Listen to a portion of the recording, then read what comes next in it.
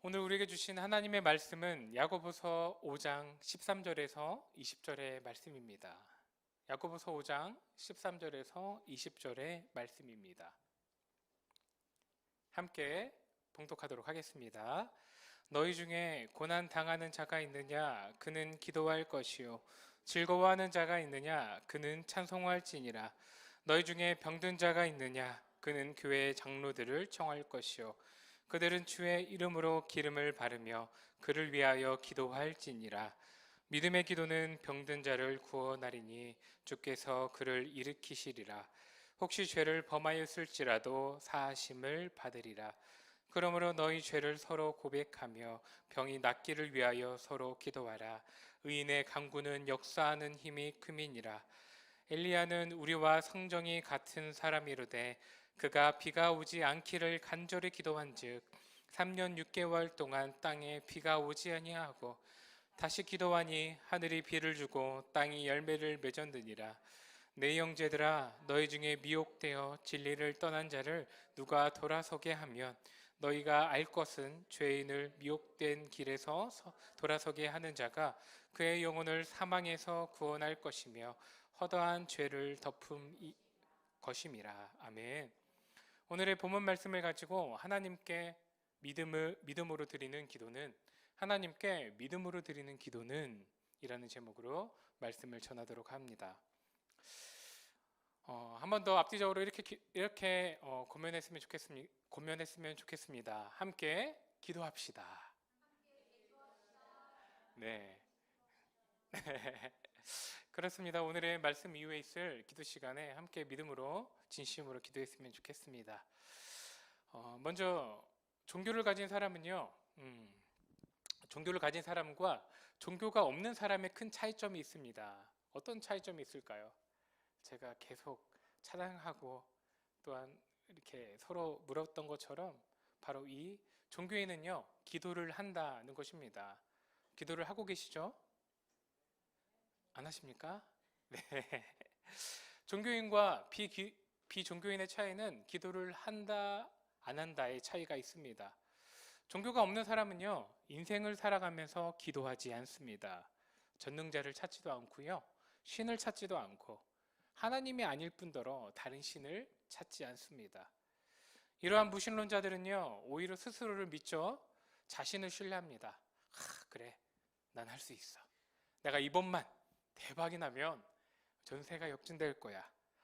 인생은 내가 개척하는 거야 라고 이야기합니다. 인생을 개척하지 말고 교회를 개척해야 될 텐데 그런 생각이 좀 들었습니다. 그런 사람들은요, 오히려 기도하는 사람들에게 손가락질하며 이야기합니다. 마음이 연약한 사람이나 기도하지. 야, 너 마음이 연약해서 그래. 야, 왜 종교를 믿어? 자신을 믿어봐. 이렇게 이야기하죠. 근데 그런 사람들이 참 불쌍하게 때로는 느껴집니다. 왜냐하면 그런 사람들은요, 기도를 통해 기도를 들으시고 응답해 주시는 하나님을 경험하지 못했기 때문에 그런 것이죠. 한 번만 하나님을 경험하게 된다면, 내가 올려드린 기도를 기쁘게 받아주시고 응답하여 주신다, 그 하나님이 계신다라는 것을 경험하게 된다면 무신론이 아닐 텐데요. 이렇게 기도는 믿는 자들에게 하나님이 주시는 특권입니다. 아멘이십니까? 네, 아멘입니다. 제 친구 중에서 하나님을 부인하는 친구가 있습니다. 그런데 그 친구랑 너무 친해서 가끔씩 몇 달에 한 번 전화를 합니다. 거의 생사 여부를 묻는 듯하게 전화 통화하죠. 야, 너 잘 지내냐? 야, 별일 없냐? 야, 그렇게 통화합니다. 그런데 이렇게 통화하다 보면 가끔 그 친구가 저에게 이렇게 기도해달라 이야기합니다. 그 친구는 분명히 하나님을 믿지 않는데 저한테 기도를 요청할 때가 있죠. 그러면서 가끔씩 얘기합니다. 야, 그래도 네가 나보다 하나님과 가깝지 않냐. 예, 그러면서 이야기하죠. 뭐 작은 기도입니다. 취직에 대해서 기도할 때도 있고요. 자신의 지금 순간적으로 좀 어려울 때는 이런 것들을 통해 기도해서 좀 풀어달라 이야기할 때도 있습니다. 저는 그래서 이야기합니다. 내가 기도해 줄게. 야, 친구 좋다는 게 뭐냐? 내가 목사잖아? 기도해 줄게. 이렇게 이야기하면 굉장히 좋아합니다. 그때 깨닫는 것이죠. 아, 예수님을 믿지 않는 사람도 기도해 준다고 하면 좋아하는구나. 네. 이렇게 예수님을 믿는 사람은요, 기도할 수 있습니다. 이 기도가 특권이라는 것이죠. 하나님께서는 자신의 자녀들의 기도를 들어주십니다. 아멘이십니까? 또 듣는 것으로 그치는 것이 아니라 실질적으로 응답해 주시죠. 예수님은 우리의 기도를 어떻게 받으실까요? 혹시 생각해 보신 적이 있으실까요? 우리가 카톡을 하듯이 기도를 하면 하나님의 어떤 핸드폰과 같은 곳에 띵동 누가 기도했습니다. 이렇게 뜰까요? 네. 성경을 찾아보니까요. 요한계시록의 요한은 하나님께서 기도를 이렇게 받으신다는 것을 환상을 통해 경험했습니다. 요한계시록 8장 3절에서 4절 함께 읽어보도록 하겠습니다. 또 다른 천사가 와서 제단 곁에 서서 금향로를 가지고 많은 양을 받았으니 이는 모든 성도의 기도와 합하여 보좌 앞 금제단에 드리고자 함이라. 향연이 성도의 기도와 함께 천사의 손으로부터 하나님 앞으로 올라갔는지라. 아멘. 구약적인 배경 가운데 요한은 기도가 하늘로 올라감을 경험합니다. 환상을 통해 목격합니다. 아마 요한이 이해될 수 있을 만큼의 이미지를 하나님이 보여주신 것 같습니다. 구약의 사진 혹시 띄워주실 수 있을까요? 구약의 제사 가운데 항상 이렇게 분향단에서 제사장은 하나님 앞에 기도의 제목들과 여러 가지의 제사의 제의적인 것들을 올려드렸습니다. 그때 천사가 옆에서 그 성도의 기도 또한 받아서 하나님께 올려드리는 것을 요한은 시각적 이미지, 환상으로 경험한 것입니다. 우리가 하나님께 기도할 때요, 욕심과 정력으로 기도하지 않는다면 하나도 땅에 떨어지지 아니하고 하나님께서 귀하게 우리의 기도를 흠량하여 주신다는 것입니다. 천사들이 금향로에 기도를 받아 하나님께 드리는 것이죠. 이 환상이 하나님이 우리의 기도를 하나도 빠짐없이 들으신다라는 영적인 의미를 보여주고 있는 것입니다. 그러므로 우리는 믿음으로 기쁘게 기도할 수 있습니다. 왜? 하나님이 기쁘게 받아주시기 때문에. 아멘이십니까? 아멘입니다. 그렇기 때문에 우리는 기도할 수 있죠. 서점에 가보면 여러 가지 기도에 관한 책이 있습니다. 그래서 제가 몇 가지 유명한 책을 준비했습니다. 이미지 보여주시겠습니까? 제일 왼쪽에는 어떤 책입니까? 너무 바빠서 기도합니다. 빌 하이벨스 목사님의 책이죠. 굉장히 유명한 책이라서 20년 전, 그 이상 전에 나왔던 책인데도 계속 개종되어 나오고 있습니다. 바쁜 일상 속에서 기도의 자리를 만들라는 것입니다. 바빠서 기도 못한다는 것이 아니라 바쁘니까 하나님께 기도해야 된다. 기도의 시간을 확보하라는 것입니다. 가운데 책은 그래도 기도는 힘이 세다 라는 책인데요. 어떠한 목회자님께서 여러 가지 시련을 겪으면서 기도는 이렇게 해야 되는구나 깨닫는 것을 정리한 책입니다. 제일 오른쪽에 있는 책은 어떤 책입니까? 살아나는 기도. 하나님이 살아나게 들으시는 기도로 기도에 대한 오해와 기도의 용사를 만들어주는 책이라 흔히 이야기합니다. 이렇게 기도에 관한 책이 많다는 것은 무엇을 의미할까요? 기도는 어렵다, 조금 힘들다, 그렇기 때문에 책이 많은 것 같습니다. 왜 우리는 기도를 어려워할까요? 오늘 말씀 야고보서에서도 야고보는 이 야고보서의 제일 마지막에 이 기도에 대한 부분을 할애하여 우리에게 말하고 있습니다. 야고보 자신이 예루살렘 교회를 몇십 년 동안 사역하면서 깨우친 신앙의 노하우, 기도의 노하우를 그리스도인들에게 펼쳐 편지로서 전하고 있는 것입니다. 로마와 세상에서 고난받고 있는 그 그리스도인들에게 자신의 기도에 대한 노하우를 전하고 있죠. 기도가 그만큼 중요하다는 것입니다. 13절 함께 읽어보면서 본문으로 들어가 보도록 하겠습니다. 13절 준비 시작. 너희 중에 고난당하는 자가 있느냐? 그는 기도할 것이요. 즐거워하는 자가 있느냐? 그는 찬송할지리라. 아멘. 기도에 대해 먼저 이렇게 문을 엽니다. 너희가 예수님을 믿는다면 고난을 당할 때 뭐 하라고요? 기도하라고요. 또 즐거워할 때 뭐 하라고요? 찬송하라.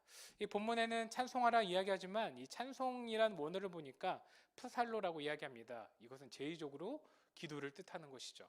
하나님 앞에 제사를 드릴 때, 예배할 때 그 악기를 뜯는다라는 표현처럼 제의적인 기도와 연관되어 있습니다. 이 13절을 다시 말하면 인생의 고난에서도 즐거움에서도 그 희노애락에서도 뭐 하라고요? 기도하라. 인간이 경험하는 모든 범주 가운데 기도하며 나아가라 우리에게 권면하는 것입니다. 바울도 이야기했습니다. 쉬지 말고 기도하라. 맞습니다. 기도를 생활화하라는 것입니다. 이렇게 오늘의 본문 야고보서는요, 야고보는요, 이렇게 기도에 대해 그 양극 끝단, 고난과 즐거움, 인생이 살아가면서 겪는 모든 감정과 상황 가운데 기도함을 말하고 있습니다. 하나님께 드리는 기도에 대해 영적인 의미에 대해 이야기하고 있는데요. 몇 가지를 야고보서의 표현을 통해 살펴보도록 하겠습니다. 야고보서는 말합니다. 첫 번째, 모든 것을 하나님께 맡겨드리라. 하나님께 맡겨드리는 기도를 해야 됨을 말합니다. 13절과 15절까지 읽어보도록 하겠습니다. 너희 중에 고난당하는 자가 있느냐? 그는 기도할 것이요. 즐거워하는 자가 있느냐? 그는 찬송할지니라. 너희 중에 병든 자가 있느냐? 그는 교회 장로들을 청할 것이요. 그들은 주의 이름으로 기름을 바르며 그를 위하여 기도할지니라. 믿음의 기도는 병든 자를 구원하리니 주께서 그를 일으키시라. 혹시 죄를 범하였을지라도 사하심을 받으리라. 아멘. 오늘의 말씀은 이렇게 고면합니다. 모든 일에 모든 기도할 것을 하나님께 맡겨드리라는 것입니다. 앞서 살펴봤던 것처럼 고난을 당할 때도 즐거울 때도 병든 자들이 있을 때도 행여 내가 병들었을지라도 혹시 내가 주님 앞에 범죄하여 나아가지 못할지라도 그때도 기도하라 말합니다. 여기서 말하는 고난은 무엇일까요? 의인으로서 겪는 고난을 넘어서 인생을 살아가면서 겪는 모든 고난을 이야기합니다. 그때 하나님 앞에 나아가야 됨을 말하는 것입니다. 인생을 살아가며 즐거울 때도 있습니다. 그때 스스로의 자만심에 빠지는 것이 아니라 무엇 하라고요? 기도하라. 네, 기도하라는 것이죠. 병이 들었을 때 무엇 하라고요? 기도하라. 혹여 하나님 앞에 내가 너무나 죄를 지어 나아가기 어려울지라도 부끄러움이 있을지라도 뭐 하라고요? 기도하라. 쉬지 말고 기도하라는 것입니다. 사도 바울의 권면과 같은 맥락이죠. 그런데 이 본문을 더욱더 영적인 의미로 보자면요, 단순히 쉬지 말고 기도하라는 것이 아니라 하나님 앞에 나의 영적인 부분, 나의 하나하나적인 부분 모든 것들을 맡겨드리라는 것입니다. 나의 주어진 고난을 벗어나기 위한 기도가 아니라 그 고난과 즐거움 모든 영역 가운데 나에게 주어진 고난을 불평하는 것이 아니라 하나님 앞에 하나님의 뜻을 깨닫는 기도를 올려드림을 말하고 있습니다. 고난 앞에서 기도한다는 것은요, 고난을 해결해달라 기도한다는 것이 아닙니다. 왜 나에게 이러한 고난을 주셨는지 묵상하는 기도하라는 것입니다. 병을 주셨을 때 병을 통해 나에게 무엇을 원하는지 기도하라는 것입니다. 죄를 지었을 때 우리는 죄를 지으면요, 하나님 앞에 본능적으로 멀어집니다. 그렇죠? 저만 죄 지어봤나요? 네, 맞습니다. 그렇게 죄를 지어서 시험 당할 때도 하나님 앞에 기도함으로 나아가라 말하는 것입니다.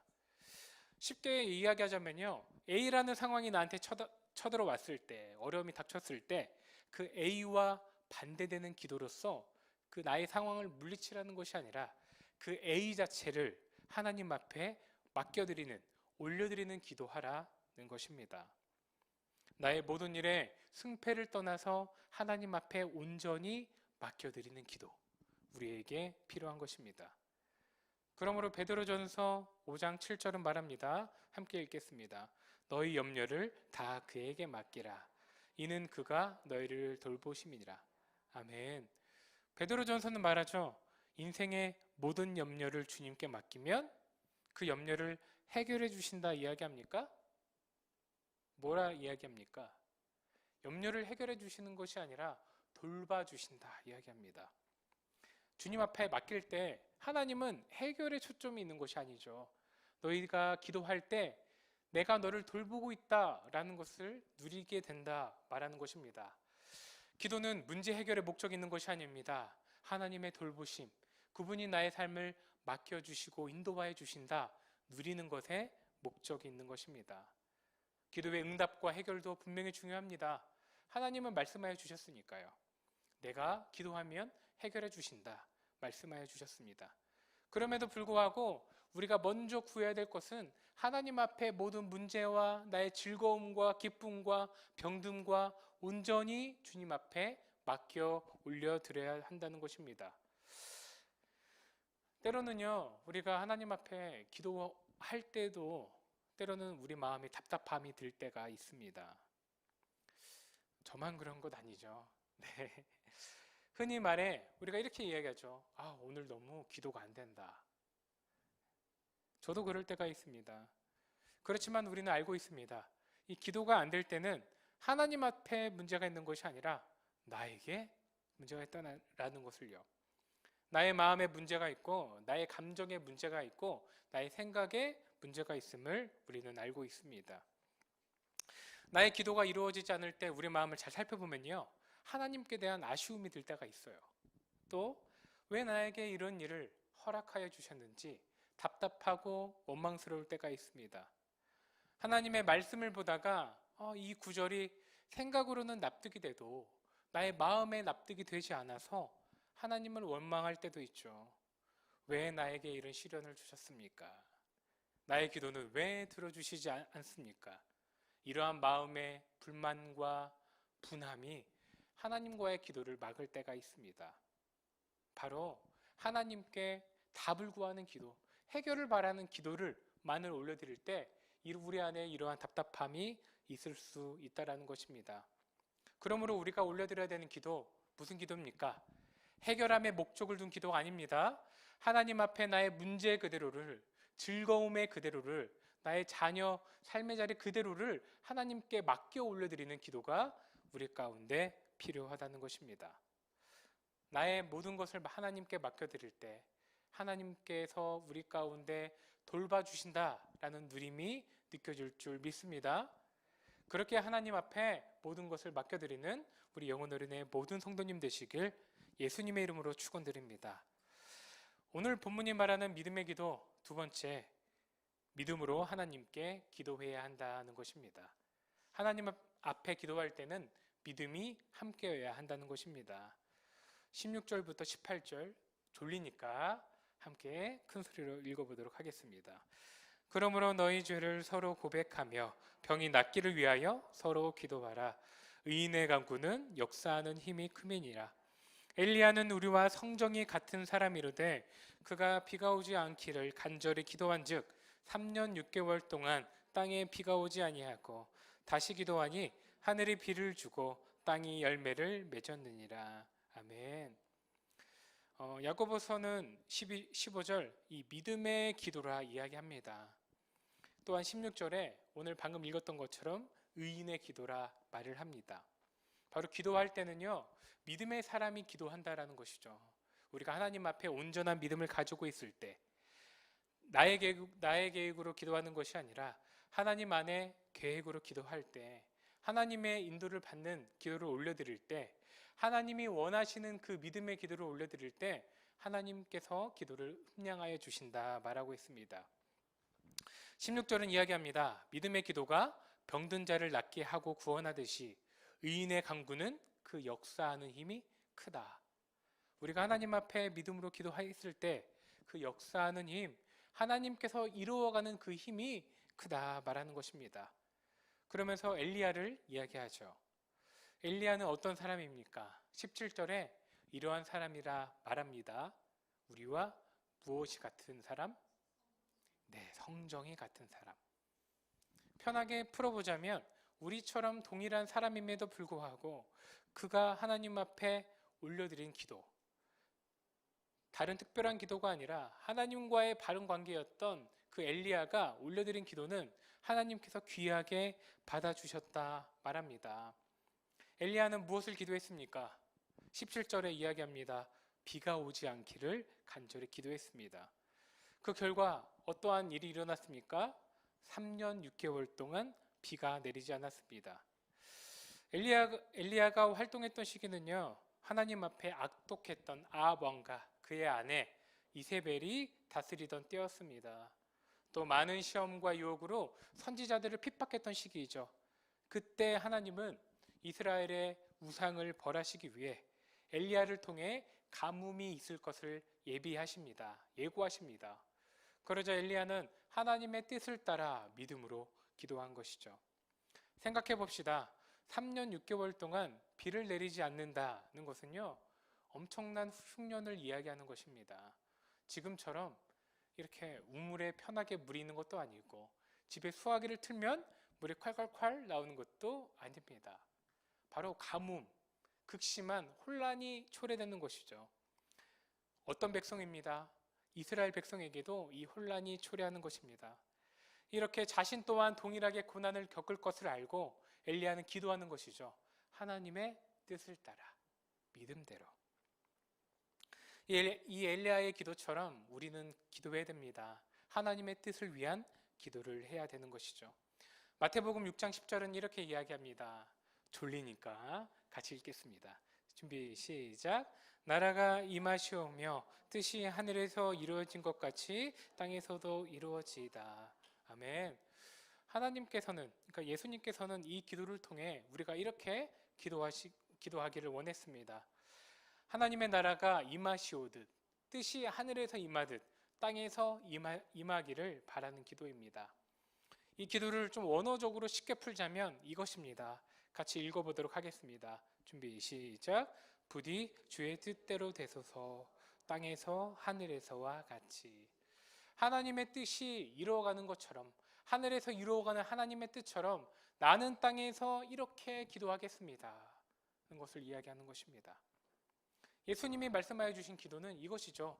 하늘에서 이룬 것 같이 땅에서도 똑같이 하나님의 뜻을 향하여 기도하라.